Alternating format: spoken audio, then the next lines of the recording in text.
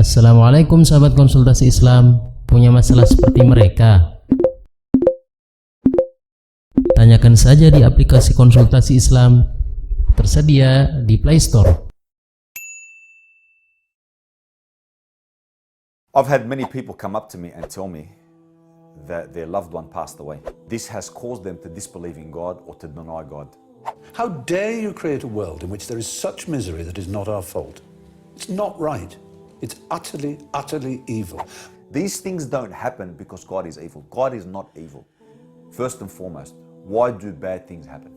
You know, this world is such that we don't have all the answers.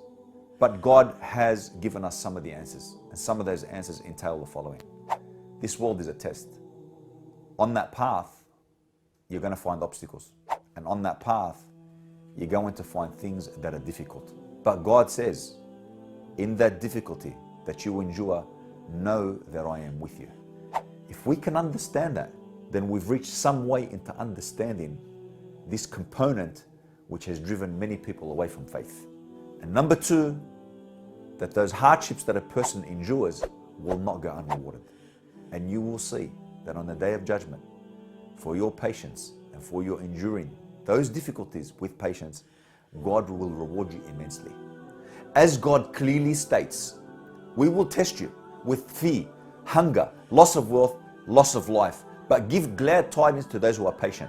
So the evil that people experience, or the suffering that people experience, it's a temporary suffering. Think of it like a bad dream. Upon waking, there's nothing there. It's all over. It's temporary. Likewise, this world is a test. Given that it's a test, you'll find obstacles. And there will be suffering, and there will be some hardship. But at the end of it, there is a great reward waiting for those who have suffered.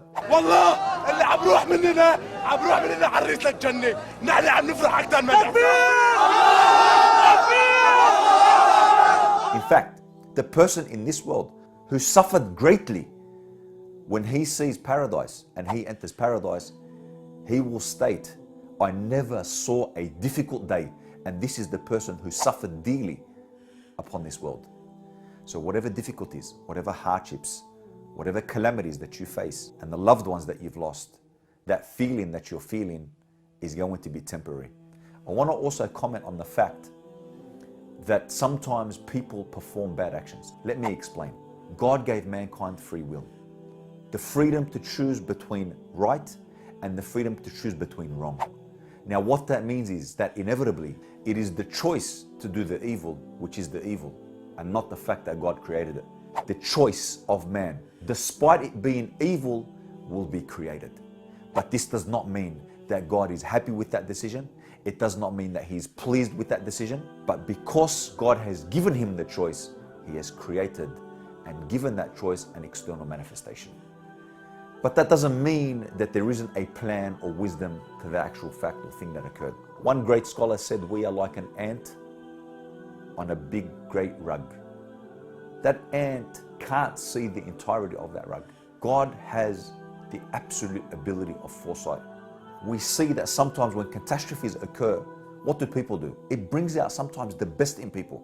You see people flocking to centers where they can donate their time, where they can donate their wealth, and they want to help the poor, they want to help the weak, they want to help the destitute. We don't understand the knowledge or have the information about everything. And that's something that I want to leave you with, and leave you with the very fact that God does love His creation, and the ones who patiently endure the sufferings that occur in this world will be greatly rewarded in the hereafter. It's part and parcel of the test that God has given His creation. Wa akhiru da'wana anil hamdulillahi rabbil alamin.